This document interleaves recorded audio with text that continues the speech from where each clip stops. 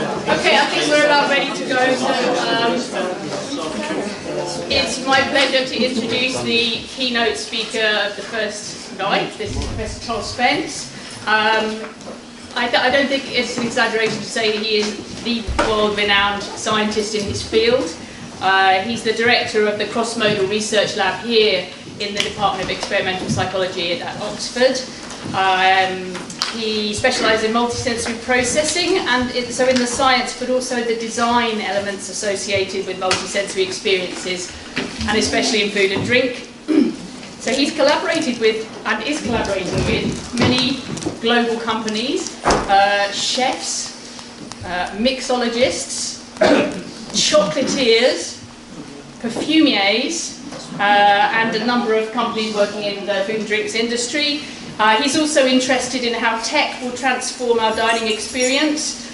He's the author of over 120 articles, and there was a typo that said 1,200 articles, and I actually had to think, could Charles have done that possibly? It is 1,200. Okay, Charles has corrected me. I don't think I'm saying this. Charles is the author of 1,200 articles. Wow. As well as 16 books, including prize winners and bestsellers. So I'll hand over to you. Yeah.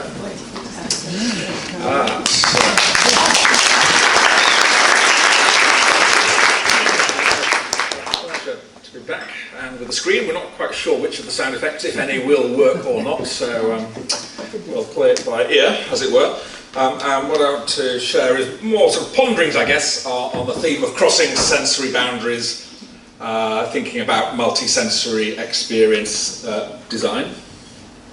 Got a typo in that. Experience design. And this is partly from work with this guy here, Nicola Di Stefano, in Italy. And we've got a series of papers over the last 4 years looking at cross-sensory translation, sensory matching, amodality, perceptual similarity, harmony across the senses, all sort of linked to this notion about sensory translation, I guess, in a way. And in part going back through history, just to and sort of surprised ourselves at the amount of early interest in sensory translation. And for us trying to think about ways in which to meaningfully match or translate between the senses. Primarily between hearing and vision, and we'll see that's an interesting question of itself, why those should be the two modalities that so many creatives have been thinking about. And hopefully to convince you just of the ubiquitous interest, I think, in sensory translation across the centuries, perhaps even across the millennia. But that's really more than enough to keep me going for 50 minutes, so I'll keep it down to millennia, or centuries I think is safer bet. And this is going to bring in things of sensory translation. How do you try and convert an impression and experience from one sense into another one? What role does perceptual similarity play? Do you just translate from sound into something that's perceptually similar visually or in touch? It could lead you down the route of amodal perception. I think that's a misleading path, hence we'll not really talk about it. Or it has led others to be very interested in synesthesia and the kind of insights for possible sensory translation that might provide, and that we have heard about already, I think, today, when you're dancing the taste, is that one means of sensory translation. And for me, the key things really are the cross-modal correspondences as these sort of more ubiquitous shared mappings across the senses.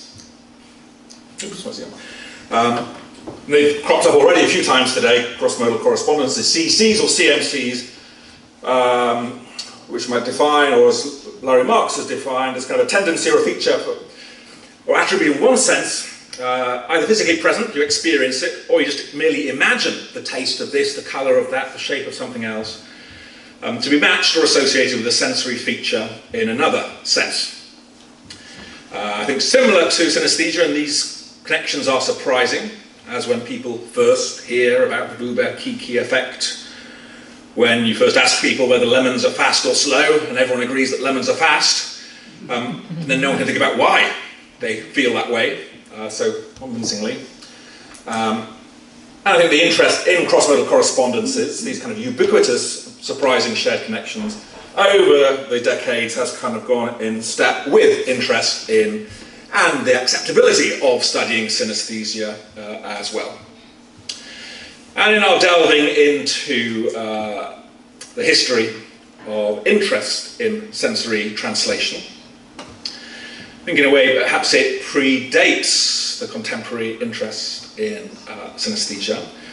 One of the first examples that we've come across is from Septimus Pier's. He's either an English chemist who was based in France or a French chemist who was based in England. I always get confused which way around it is. And he had a book, a very popular book on sort of odour chemistry, fragrance chemistry from the 1800s. And in the 1862 edition onwards, frequently republished, we first see this, the gamut of odours, where Septimus matches up each of, I think it's 24 or 36 fragrance notes from rose to cinnamon, tonka bean to sweet pea, each one with a specific musical note. So in a way you can think of this as an attempt to translate sound into scent or vice versa. It provides the mapping you need in order to convert from one sense to another.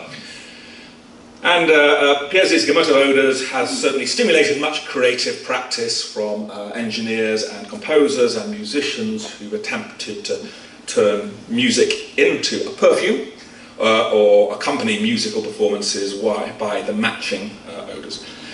Closer reading of his work might suggest that he's not really talking so much about this direct mapping from smell to sound, but rather the way in which people can combine notes to create chords and harmonies. And his point is you can do exactly the same thing by combining aroma or fragrance notes in order to create olfactory notes and harmonies. So this kind of organisation within each sense is parallel rather than necessarily a direct connection across. We did try a few years ago, the perfumier in Wales, to test this 160 years after Pierre's put it forward, to see how consensual these mappings were, made all the more difficult, both by trying to get hold of some of these more esoteric scents, but also by the fact that I think that the musical notation changed in about 1870 or something. So you need to sort of factor that into the equation. And as will become clear, I am not a musician, nor am I a perfumier or creative in any way. I sort of work with these characters to try and think about how to connect the senses meaningfully and to translate. That was 1862, scent and sound, translation from one to the other. Move it forward 3 decades or so, and we find in 1895, in London, down the road from here, Alexander Wallace Remington coming out with his colour organ. One of the first examples performing with his colour organ in London in 1895, 1905, thereabouts. In this case, sort of translating from the sound into a purely visual performance. One might hop across the water to Paris, and there about the same time in 1891, at the Theatre of Arts in Paris, we find Renard, a symbolist, artistic performer, organising a couple of performances in the theatre in Paris, 1891 November, where he tries to create an almost synesthetic multisensory work in which an original musical score, the Song of Songs from the Old Testament, is presented along with words, with vowel sounds, with colours and with scents that were sort of blown out into the auditorium by young symbolist poets. And we're all supposed to be harmonised. And if you go back to the original description of these two performances, you find Renard giving exact kind of matches or translations, suggesting that the scent of frankincense should go with the colour pale purple, with speech with an I sound illuminated with O, white, and music in C, or to be presented in 8 or 9 poetic stages, and we have the mapping for each one of those movements or parts.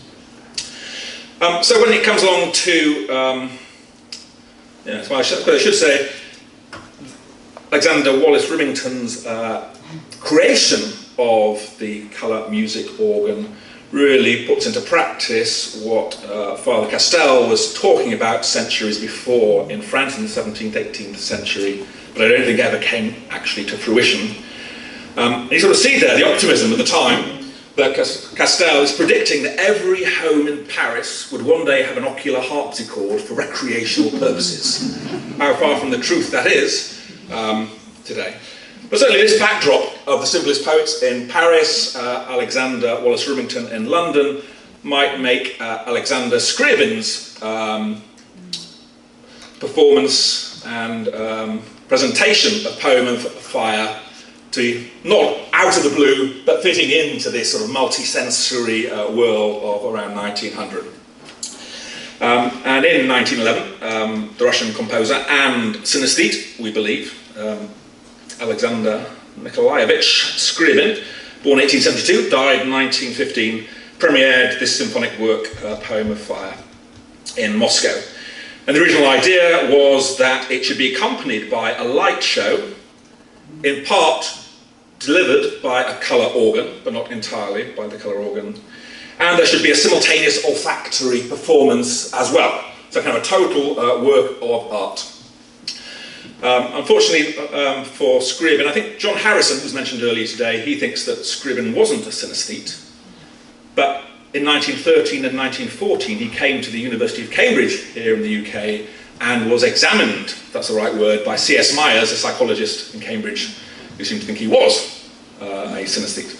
But whether or not he was, there's a separate question as to whether or not his synesthesia informed the kind of translation of what the loose or the light performance accompanying the music should look like. Now it's made difficult by the fact that the loose was never performed in his lifetime, but only after his death, I think for the first time in New York in 1915. And the conversion for the loose on the score was lost for decades. So no one knew quite what colours were meant to be presented when, until most implausibly, in 1976, somebody discovered a napkin on which was written Scriabin's translation, and that led to this, I think in a museum in Moscow, a loose one interpretation of the light display, where you see, again, the translation, C for red, G for orange, pink, D for yellow. And probably there's work to do there to say, do those colour note matches map up onto his synesthesia or not? I think they probably do not. And what was the intention of the artist by adding this visual element to an auditory work of art? And the theorists, the musicians who know much more than I, can't quite seem to agree, but possibly it's about disambiguating mystical fifths, whatever they are in music. Things that can't be heard auditorily can be decoded through this loose, if you know, the mapping.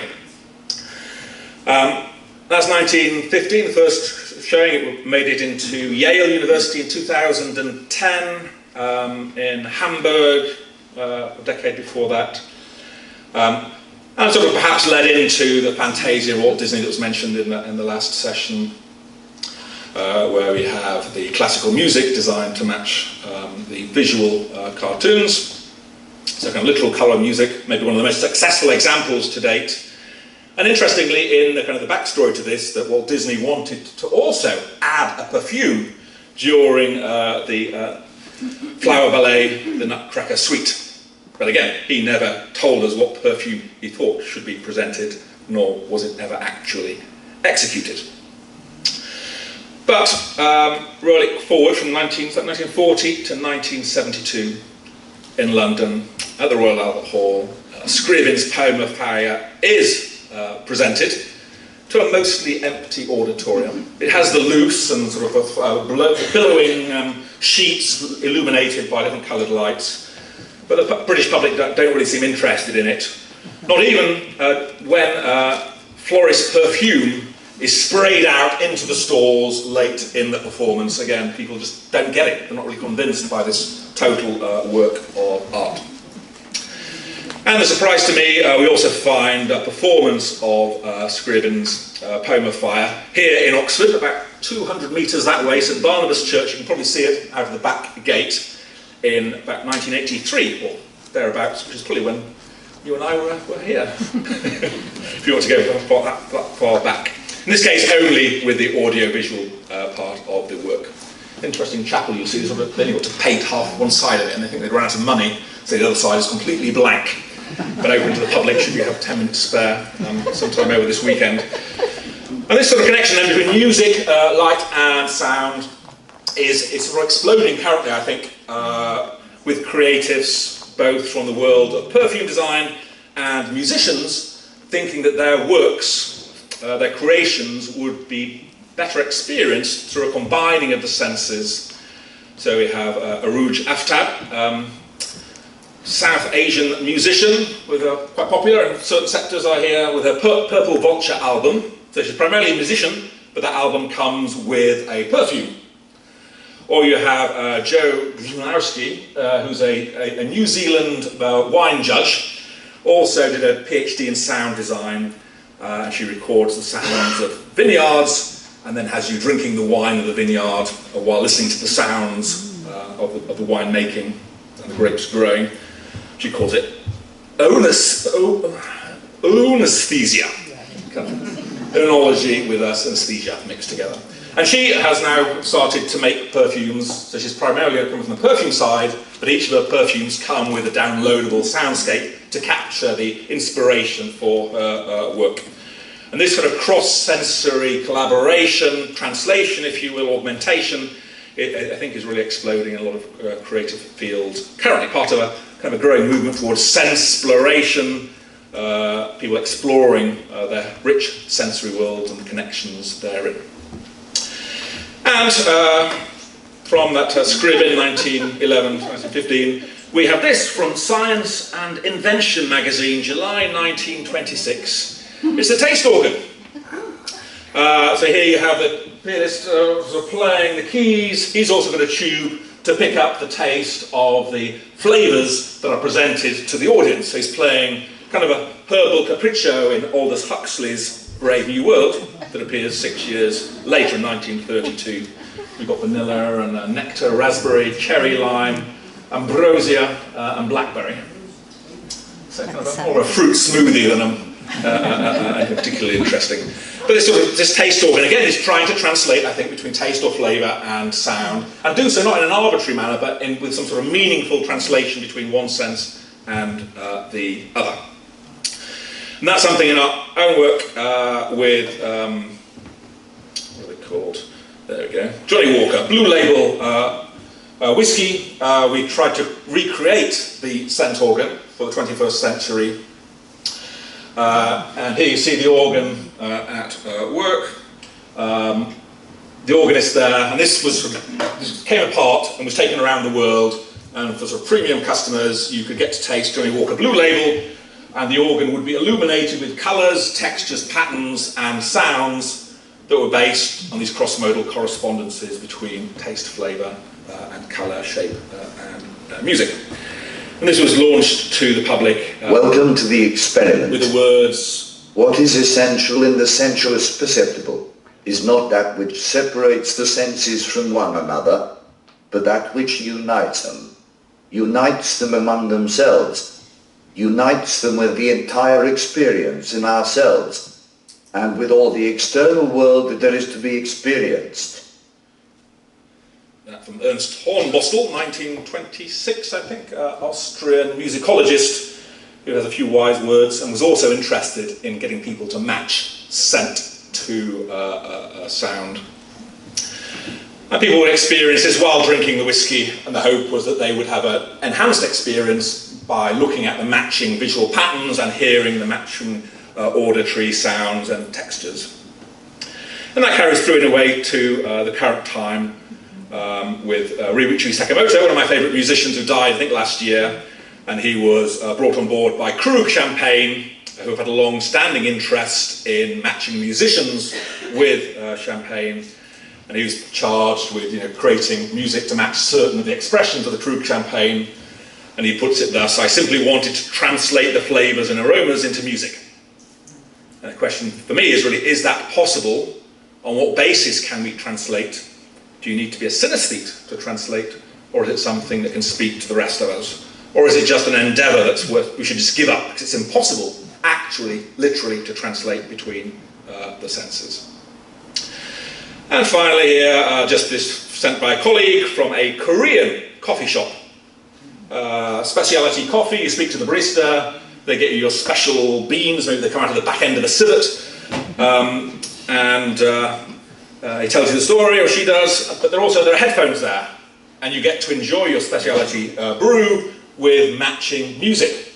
Again, it's this cross-sensory correspondence, but turning into the popular domain as a kind of example of senseploration that hopefully elevates what you're tasting, and might do so more if we think that music is a good match or translation for what you're tasting in the cup. And outside of these sort of slightly frivolous endeavours with taste organs, I think the issues of sensory translation also pop up again and again and again in the world of sensory substitution research, trying to make devices for the blind, for the deaf.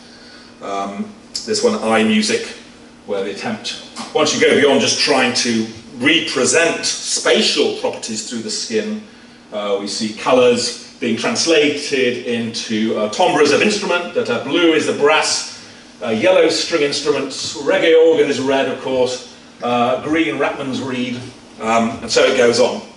Is that meaningful or arbitrary? If it's meaningful, translation, does it make it easier for people to learn it, to use it, and hence to be able to substitute one sense for another? And the same thing from down here in Brighton, Jamie Warding. Oh, where has he gone? Somewhere on the author list here. I think it's one of your students, wasn't it?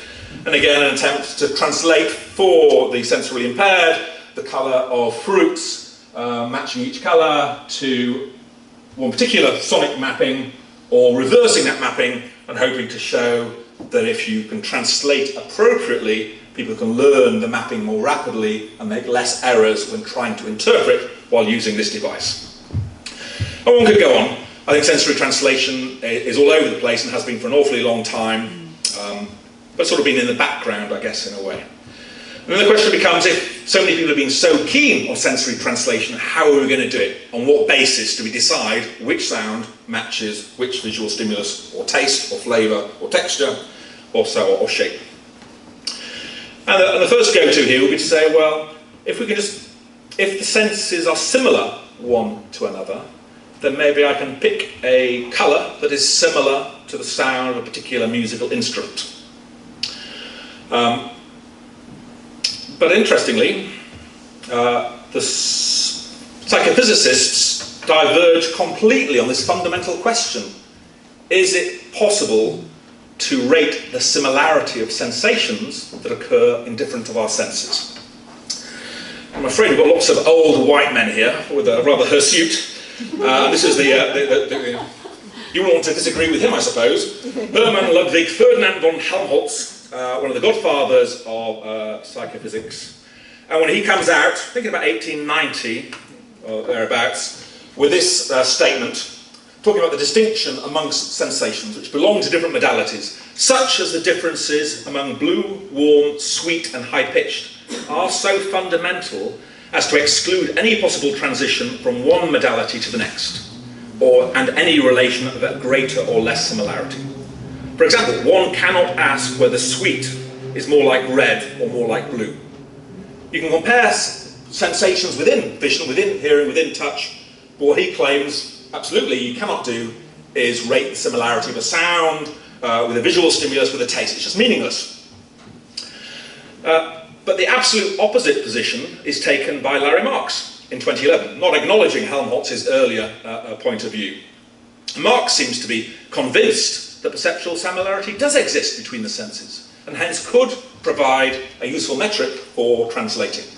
He says perceptual similarities between and among sensory experiences in different modalities. Much as the colour aqua is more similar phenomenologically to cerulean than to pink, the flavour of lime more similar to lemon than to banana, so too are low notes played on a bassoon or an organ more like dark colours such as brown or black than bright colours such as yellow or white.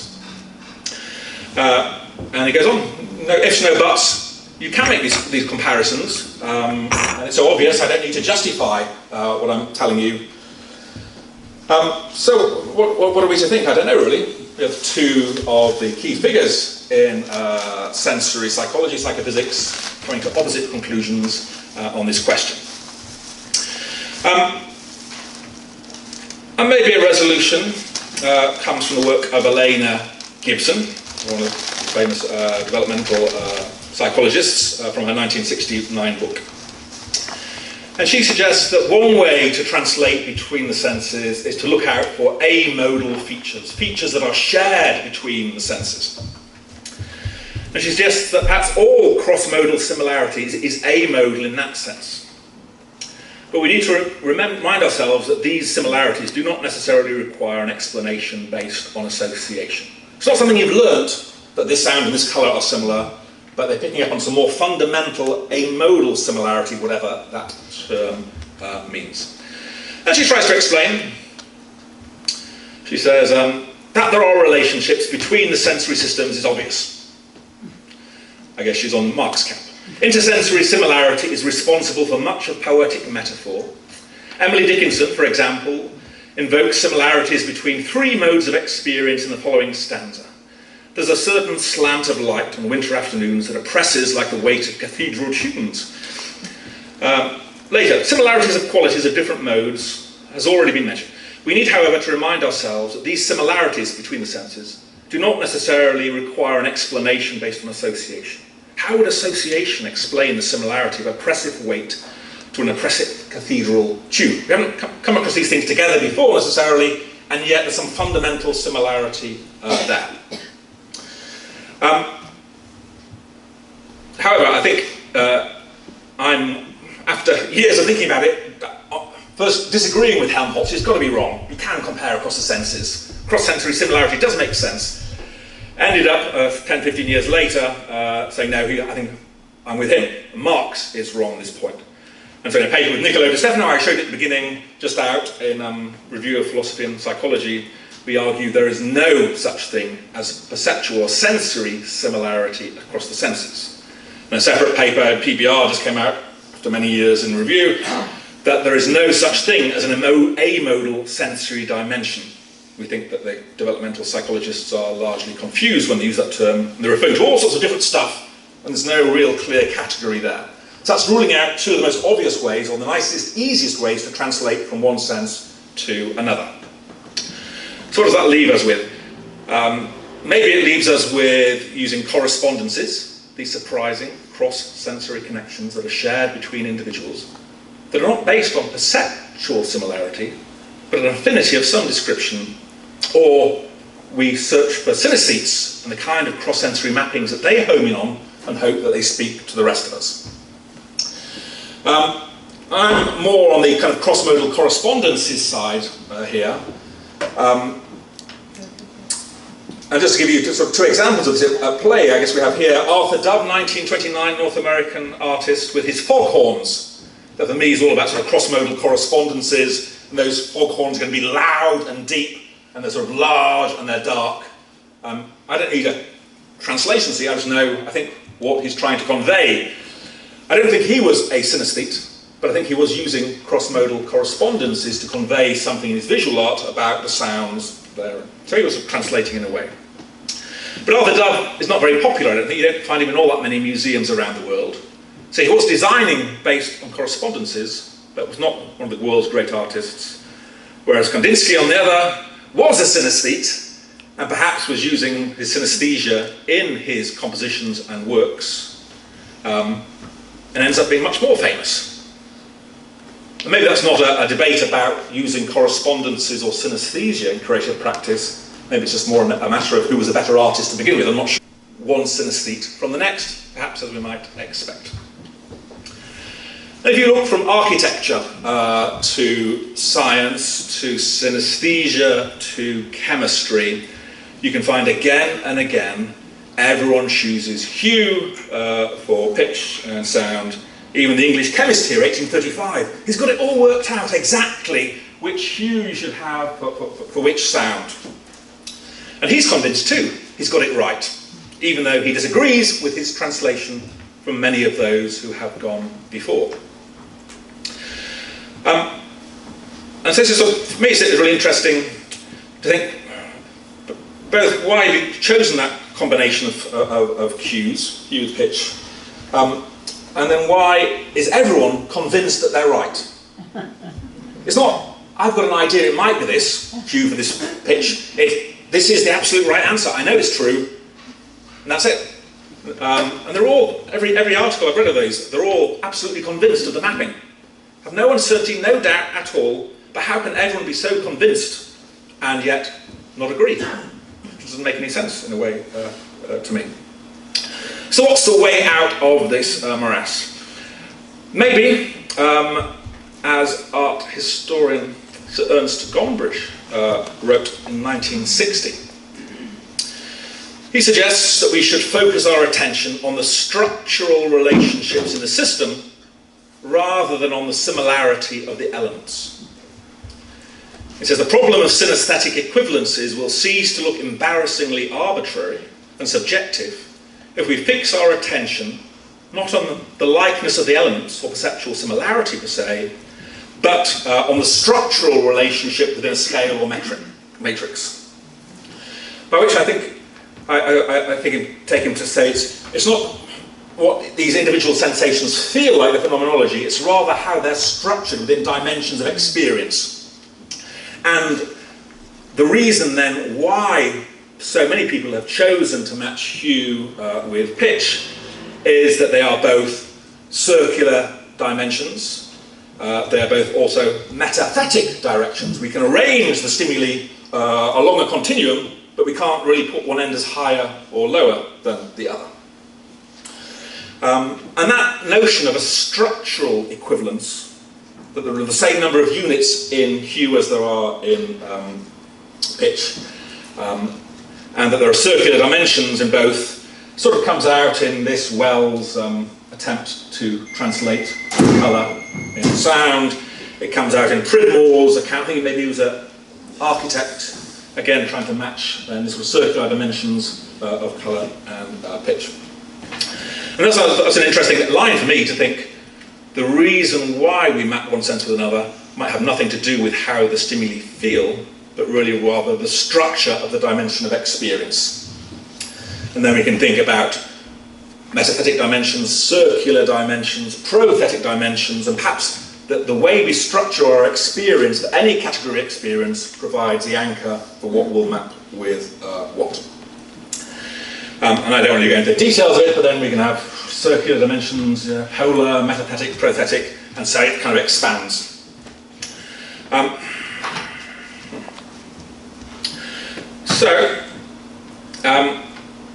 That's a possibility that explains why we pick pitch for hue. This is a structural equivalence. But then each of the architects, the chemists, the synesthetes, the composers, the music teachers, when they come up with their mapping, each one's different. So that sort of structural alignment tells us which ones we try and put together, but it doesn't give an agreed mapping of a specific note with a specific hue. So ultimately, it doesn't provide, I think, a directly meaningful way to translate between the senses. Instead, I think then maybe we want to resort to the cross-modal correspondences.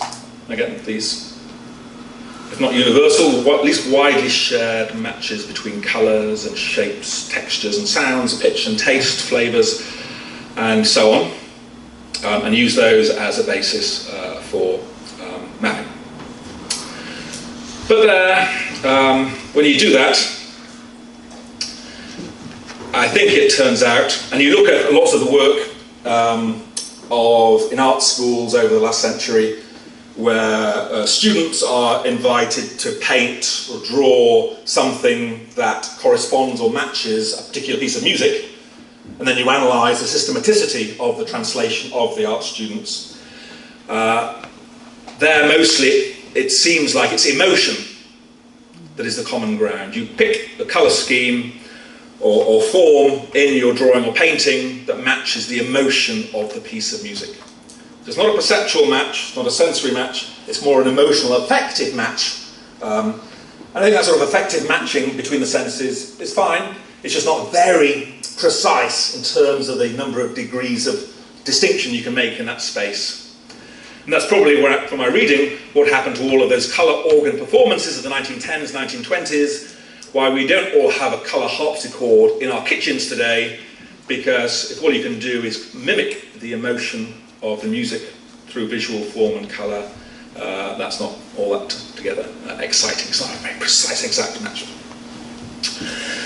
So that sort of leaves me ultimately thinking sensory translation might be impossible. I'd rather it was otherwise, but I think there's no intuitive mapping, and the best we can do is emotional matching. So, if that's the case, does that mean we should sort of give up on the whole endeavour? Well, maybe not. Maybe we can still enhance experience even without the existence of sensory translation. And here I'll just wrap up. Have we got 10 minutes or something? Or what am I doing? You're doing great. You can keep going. Yeah, you can. Think about the ways in which experience has been augmented. Sometimes there's sort of sensory translation in the background, sometimes perhaps not. All fitting into sensorium, sensoploration. Works like this from the Tate Britain in 2015, the Tate Sensorium. 4 works of art from the permanent collection. Each one mapped onto sounds, and in this case to ultrahaptics. Other paintings mapped onto chocolates, to fragrance, and so on. It's saying 39. Okay. Left. Gone. Very popular exhibit, only 2,500 people, no, 4,000 people got to see it in 2015 in London, but to rave reviews. And here I think playing with correspondences is John Latham's painting, full stop, a big full stop on the canvas with some little dots because he was spray painting this on, and the sound and the ultrahaptic sort of captured that notion of a big circle, and also the little pixelated sounds over the headphones sort of drew your attention to the corresponding small size of the dots on the outside rather than the big dot in the centre. In our own work, we've been having more fun with beer, which was mentioned earlier today, with this sort of thing with Guinness going in stores and having taste experiences where you go into the shop, you're in the beer aisle, and you're invited to put on the VR headset, and then you get to taste Hop House Lager, Irish Stout, and Guinness. And each of those 3 slightly distinct tasting beers is accompanied by a audio-visual dynamic displays with different colours, with different movements, with different patterns, with different shapes, with different sounds, all based on the cross-modal correspondences established in the laboratory research. And creates this kind of immersive tasting experience that I think consumers enjoy when they can really see the taste and the difference in the taste being mirrored in the audio-visual beer. I have no evidence that that's actually true. It's sort of marketing rather than research. But I do really believe that if you find a good match, even if not a translation, for what you're tasting, you can enhance the experience. And in our sort of experimental work, what we do very often is something like this. 4 bottles of wine, 8 pieces of music. 30 people or so in the Antique Wine Company in London. These are retailing at $300 or $400 a bottle. They're very fancy stuff. And you get to taste the 4 wines, and you get to hear the 8 pieces of music. We've got Mozart's Flute Quartet, Tchaikovsky's String Quartet, Ravel's String Quartet, Debussy, and then repeated different movements of the same works. And people are asked to taste the 4 wines and then say how good a match each wine is for each of those 8 pieces of music. Sounds arbitrary, and yet what you find is that some wines, such as this Puy Fumé Silex from 2010, is rated as a very good match for Mozart's Flute Quartet. Also rated very well with another part of Mozart's Flute Quartet here. But that white wine is rated as a very bad match for for Tchaikovsky's String Quartet. And again, a very bad match for a different movement with Tchaikovsky's String Quartet. So the white wine goes with the flute. Whereas if we take Chateau Margaux 2004, a nice Bordeaux wine, then suddenly the mappings are reversed, and everyone thinks, this will be an 8-point scale, that Tchaikovsky's String Quartet is a very good match for this red wine, and again here, and suddenly that flute quartet we just thought was perfect, now sounds completely inappropriate. Cross-modal matching, I think probably based on emotion, perhaps, what the music makes you feel. But having established the mapping, then bringing new people in and giving them these wines while playing the matching music can elevate their enjoyment of what is already a very expensive and a very good wine. And by picking the appropriate music, we can elevate or change people's ratings, not just their enjoyment, hedonic ratings, but also their sensory ratings, their descriptive ratings, their analytical ratings, how sweet, how acidic, how old the wine is, how complex. Play a more complex piece of music, you'll probably ramp up people's ratings of the complexity of the wine. Would you describe the wine as light or heavy, zingy, masculine, feminine, if you like that kind of terminology, then again, you can find the right musical match to accentuate those properties. I think this is scientific and serious, but also fun. Some of the wine experts are not so sure, a bit sniffy, especially the MWs, the masters of wine. You know, that wines taste better with music, that would stand up to scientific scrutiny. I don't think so. It's a harmless fun is the way that MWs often describe this. You know, if you don't like the wine you're drinking, why try and find a piece of music that matches? Just buy a different wine, is their recommendation. But I think they're missing something. I think there are occasions when you can combine the senses and multisensory experience design where something emerges that's more than the sum of the parts, that's not present in the wine, it's not present in the music. And James John, director of the Bath School of Wine, now the Bristol School of Wine, I think, and he's now dead, described the combination of Mozart's Laudat Dominum and Chardonnay thus: just as the sonant complexity is doubled, the gustatory effects of ripe fruit on toasted vanilla explode on the palate, and the appreciation of both is taken to an entirely new level. It's not in the wine, it's not just in the music, but the perfect or very good match seems to reveal something extra, almost an emergent property, perhaps a multisensory gestalt, perhaps. I think these sort of emergent multisensory experiences are rare, but you find them not only occasionally in wine, but also going back to Scriabin and to an article by Wells describing his experience of a well-tuned, loose performance of Scriabin's poem of Fire. And he says, one has only to trace the remarkable unfolding of harmonic colour in Scriabin's later works to realise that it was harmony, above all, that prompted him to seek a visual counterpart to his music. An equivalence of oral harmony and visual is so strongly implied in Scriabin's later works that for me, they seem to emanate from a single source. They kind of unify into a single gestalt. The author tells of events leading up to the finding of a possible link between musical harmony and visual colour based on complementarity. The parallelism of musical harmony with visual colour departs radically from current hypotheses of tonal organisation. But again, maybe something emerges when these senses are brought together in a great way. So, with that in mind, what ultimately then are we aiming for by trying to deliver multi-sensory experiences built on matching sensations? We might try and just match, to mirror almost what we're tasting and what we're hearing. Fine, but I think it's kind of a bit boring, often.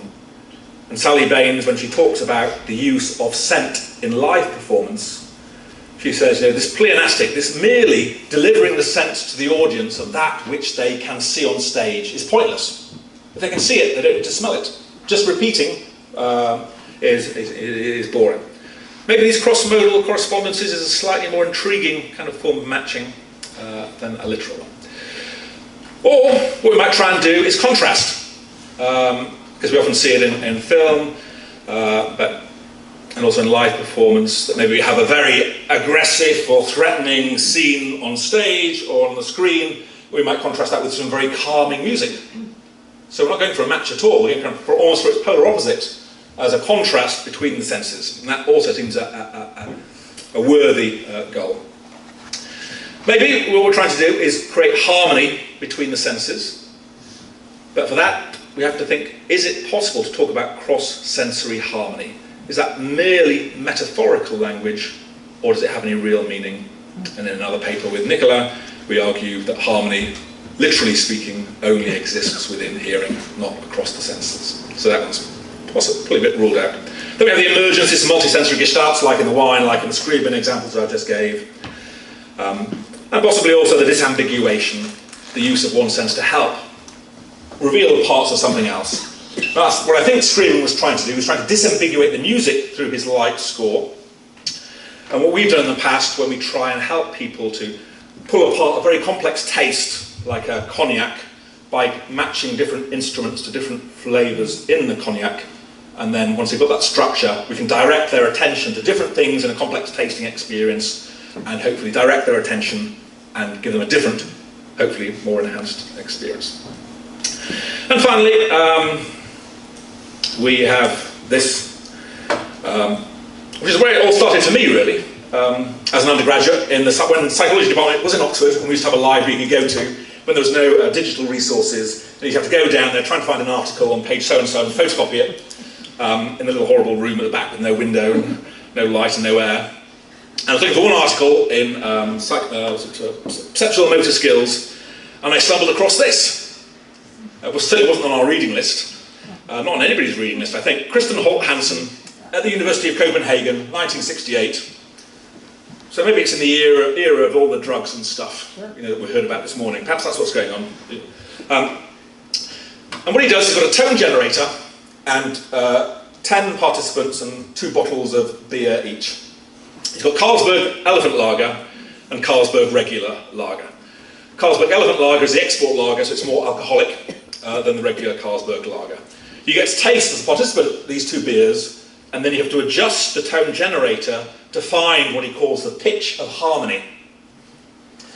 What he finds is that with just 10 participants, you get a reasonably significant result that the higher alcohol Elephant Lager is matched to a higher frequency sound. That's 68, 76 in Copenhagen. He then brings back some new participants and plays the pitch of harmony to people as they're just drinking beer. And he gets these extraordinary experiences.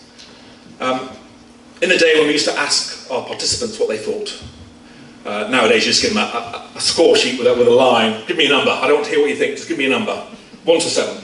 But when in the old days when we used to ask participants, what was it like for you? What did you think about the experience? What was going on? Then he did that, and Holt Hansen finds, you know, with a tone generator and a bottle of beer, you have people saying, the tone turned into a tune, thrills of pleasure ran through my body. I felt as if my head was expanding in all directions. My right hand with a glass of beer was trembling so violently I was suddenly afraid of dropping the glass. I felt as if I was floating in the air. The tone was intensified to such a degree that it sounded like a symphony orchestra and the room was filled with it. My jaws were moving in and out with the rhythm of the tone. The tone expanded and became wonderfully sonorous. I said, what on earth is going on here? You can't get drunk on 2 bottles of beer, don't think. So maybe it's the drugs, or is this ASMR before we even knew what ASMR was? Autonomous sensory meridian response. The next sugar you get when you whisper and you maybe that's it. I don't know, but it's kind of hinting at extraordinary experiences by pairing the senses, by finding this sort of translational match between pitch and taste.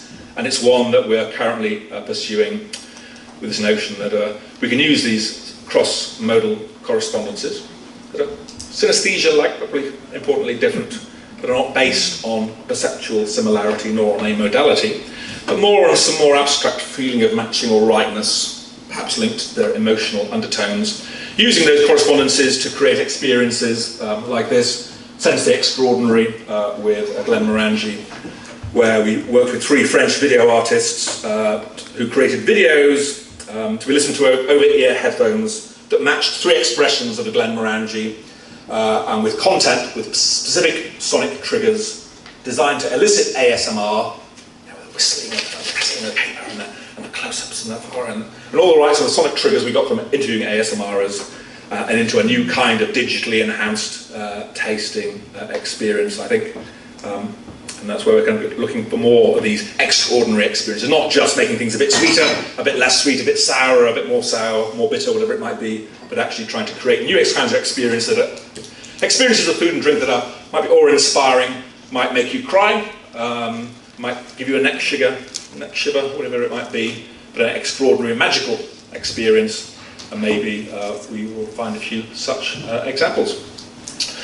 And that's to conclude, I think. Hopefully giving you a sense of the kind of research we do here. I would show you in my lab, but our building has been knocked down with asbestos, so there is no lab. And all this stuff goes on out in the wild mostly, or in the ether online. Anyway, I'm happy to answer any questions now or later at the drinks. Thank you.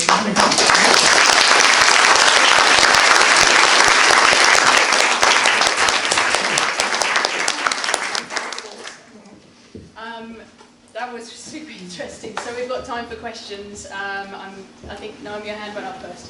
Yeah. So thanks for a great, entertaining and informative lecture.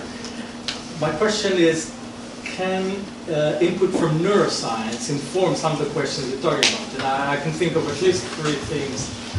In synesthesia, we've been talking about the proximity principle on one hand. In cross-modal correspondences, I can recall the case of blind individuals who use the visual cortex for braille reading, presumably because it's well suited for that kind of task. And so can the same argument be made? Or you also suggested the role of emotion that could explain it, and that has a very clear prediction in neuroscience. You want to see more orbital frontal cortex involvement and things like that. So where does it stand? No one from my department is here, aren't they? Yeah, I'm not really interested in neuroscience. In part because I think when we were undergraduates here, it hadn't really been invented. Brain scanning, all that came later. I was at the wrong period. I was too young before it started and too mature after it came in to really ride that wave. And I think,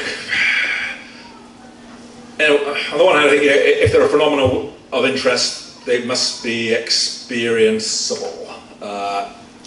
Experience what? Experienceable. It's not really a word. You must be able to experience them. There must be some sort of experiential analogue or effect or consequence.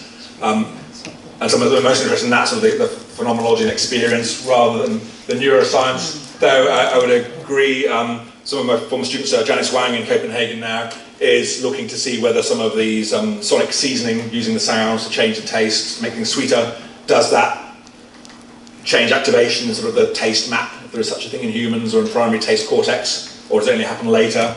So I can see a lot of work trying to figure out how early or late in information processing or neural processing some of these effects kick in.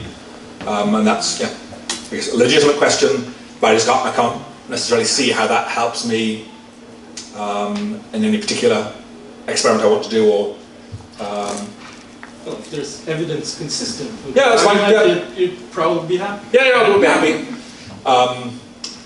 But I don't think it would. I can't see a clear path to sort of testable predictions that I want to study myself. I'd love it if Janice or whoever comes along and says, yes, we can show that sonic seasoning matching the sound to the taste, like in the Holt Hansen, really did change activity in the very earliest taste cortex. I'd love that result. There are enough other fun things to do, not to... I mean, she's been going it 3 years now trying to get the data. So some of these things are sort of very, very slow. And if there were other clear kind of predictions, then maybe something about this question for me, why is it always hearing to vision and why is it always pitch to hue? Maybe there's a neuroscience explanation or hypothesis about why that should be the case. Okay, thank you. So I can see 3 hands. Nick, I think I saw you first. Greta, I saw you. Jamie, I saw you. So. Thank you. Really thought-provoking stuff. I had a question about your you mentioned that people disagree about how to map color and pitch. Yep. And you used a word to describe one of the properties of pitch, which is that there isn't really a starting point. Metathetic? Yes. Yep. And then that made me think of dimensions where there are starting points, Yep. like loudness, for Yep. example. And I think you probably would get quite a lot of agreement about loudness being related to brightness, say. Mm-hmm. And so my question is, do you think that some dimensions are translatable and others aren't because of some property they have? Mm-hmm. So I guess metathetic dimensions could have endpoints. It's just you can't, one endpoint isn't higher or lower than the other, whereas there's sort of prosthetic dimensions like the intensity, brightness would have a lower end, and you can organise the stimuli across a continuum, and you can put a low end and a high end to it.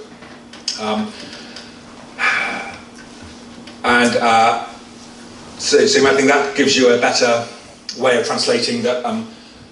And some people, this is where it gets into amodal dimensions, because S.S. Stevens in the 80s and 60s thought of intensity as an amodal dimension that shared a kind of experience that shared across the senses. That intensity is, you have intense taste, intense sounds, intense lights, and so on, and that these kind of amodal dimensions would be more, reveal a more consistent match. Same thing you find in 1930 of brightness. Von Hornbostel, I think, and others are debating, Cohen in the States, the notion of sensory brightness as an amodal dimension. That brightness is something that applies to every sense. You have bright taste, bright sounds, bright visual stimuli. And they're convinced there's an amodal dimension of that, and they do studies to try and get you to match the brightness of a smell to the brightness of a sound, 1930. And then others come back and say, no, it's all still relative, that there is no absolute mapping at all between, in the way that synesthetes might have an absolute mapping between a very specific inducer and a concurrent, even in the best cases of amodal, like things like intensity, it's still a relative judgment. There's no one-to-one across. I guess you might, well, it at least gives you, and I'm sure everyone agrees that, intensity, which ends go with which, so it gives you kind of some spread, low and high will be matched with low and high. I'm sure no one will have to be taught that, but within that, you can't get much more, because it all depends on seemingly depends on the relative nature of the inputs. Okay, thank you. Greta, I think you had your hand up. Yes, thank you. For me, the reason I got interested in crossing the senses and synesthesia is that I love and am very involved in both music and art. But you said you're not a musician, you're not an artist, and you're not that interested in neuroscience. I'm not a synesthete either. So I'm wondering, what did get you interested? The beer. It was this sort of, it was the Holt Hansen, literally, as an undergraduate, came across that and sort of parked it for a few years, until in 2008, I had a Swiss PhD student, Anne Sylvie Christinella, came to the lab with funding, and she loved baking cakes and she loved singing in the choir and had the faintest idea what to do for a PhD. So we said, let's put those two things together, let's look at the sound of taste. Thinking at the time, we won't find anything, even if we do, it won't be replicable, and even if we do find something that's replicable, no one will believe it or be interested in it. But it was replicable, people did believe it, get excited by it, and it sort of exploded from there on. And then that was 2009, 2010, and so on. And then it just got me thinking, when we used to have a department before it was closed down with asbestos, like 15 people in the lab, trying to think, what are they all doing? Is there anything that's common? Because they're all doing different pairs of senses, seem to be all over the place. And that was kind of in the summer of 2011, the Crossmodel Correspondences tutorial review, and suddenly there did seem to be something that was uniting all the people in the lab that could be put under the title of Crossmodel Correspondences, something that just didn't appear in neither the psychology from Welsh and Warren or in the neuroscience literature. I don't think before, there's no talk of Crossmodel Correspondences. Larry Marks, of course, had it.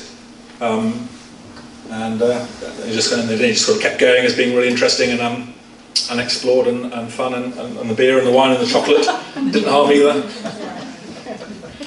Thank you. Jamie, I think you were next. I wonder if this was also following up on what an amodal dimension was, and I was thinking of time and space. Yep. So if you've got 3 leaps, then you expect 3 Yep. spatial effects, or 3 something like this. I help my formulators. Yes, yeah, absolutely right. So I said no amodal sensory things. So if you look at developmental psychologists, Lefkowitz and Turkowitz, or Stevens and others, and going back, then they'd say, what do they think are amodal dimensions? They say intensity, they might say location, timing, size, shape. maybe a couple of others. I think we agree there are sort of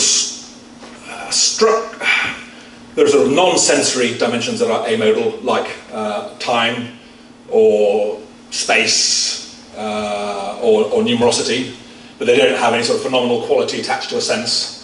So in that sense, we want to separate. But whereas the researchers, pretty much only in the developmental literature, who talk about amodal dimensions, they conflate intensity and size and timing. They think they're all of the same kind.